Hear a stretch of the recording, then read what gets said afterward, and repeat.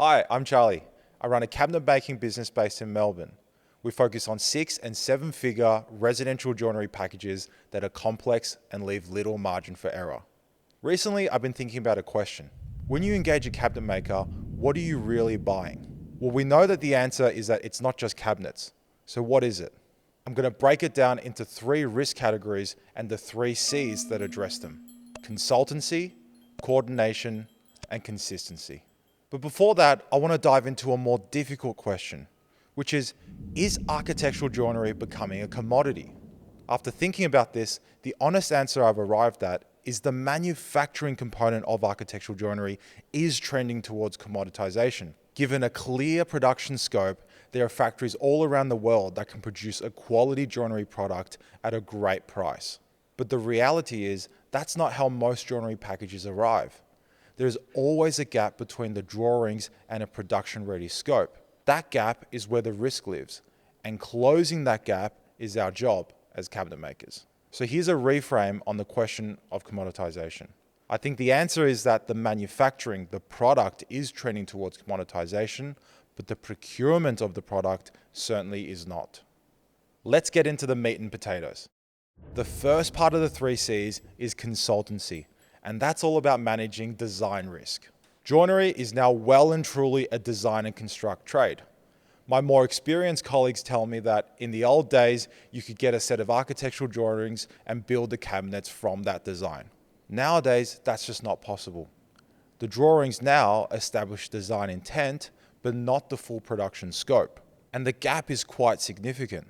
A bank of drawers might be designed, but it may fail to consider that when the drawer opens, it's going to hit a protruding windowsill off to the side. Maybe a beautiful timber veneer is specified, but there's no attention paid to the grain direction, the sheet sizes, or the material yields. And here's another one that's quite popular. A glass door with a super sleek metal frame might be designed without any consideration for the custom hinging required to make it work on the cabinet. Now, this isn't about criticizing designers. The way I see it is that their job is to create the vision, and our job as cabinet makers is to resolve it into something buildable. We are, in effect, the structural engineers of cabinet design. We take the intent and we test it against our buildability and functionality standards to make sure that the design is feasible and we get to a clear production scope.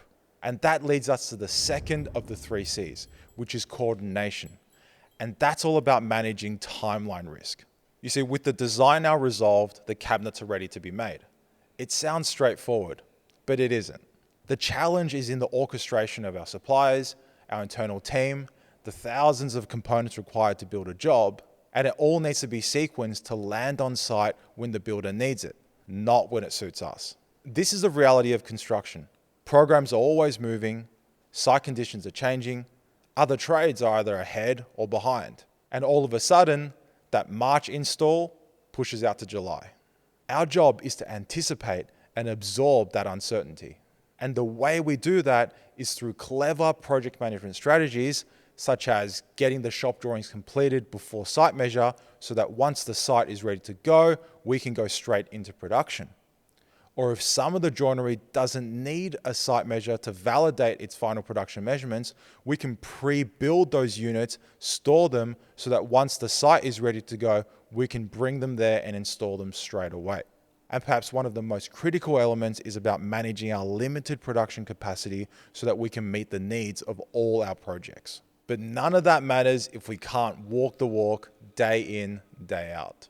Which leads to the third and final part of our framework: consistency. And that's all about managing dependency risk. Our incentive as a business is to build relationships with customers who return again and again. The last thing we want is a leaky bucket where we lose customers every year.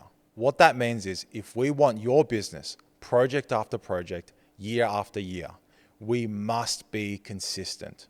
And to roll that up to the first 2 parts of our framework, what consistency means is about achieving a high level of consultancy and coordination every time.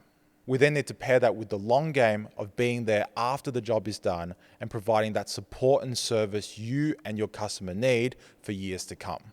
But consistency isn't achieved through good intentions.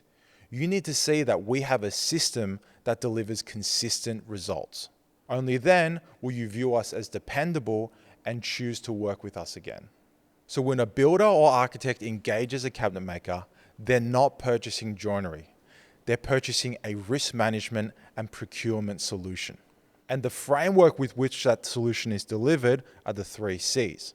Through consultancy, we manage design risk and turn intent into a full production scope. With coordination, we mitigate timeline risk and help navigate complexity and unpredictability. And with consistency, we mitigate dependency risk, making sure that we're here job after job and standing behind our work. In short, the cabinets are the deliverable, but the value is in everything that happens before them.